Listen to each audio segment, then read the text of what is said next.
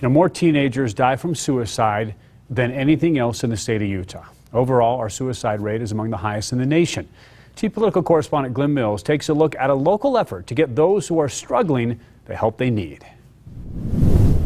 The proposal is to combine the many statewide suicide prevention hotlines into one easy-to-remember three-digit number. Supporters say instant access to a counselor saves lives.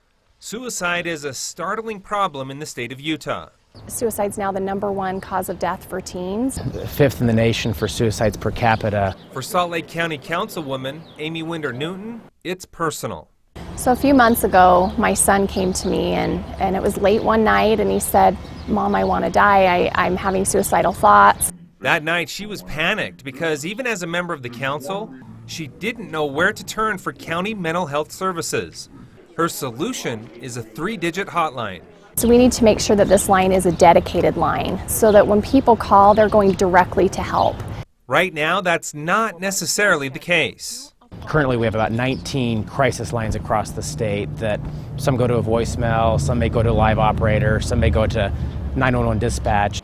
State Representative Steve Elison is working with Newton on a central statewide hotline for counties to opt into.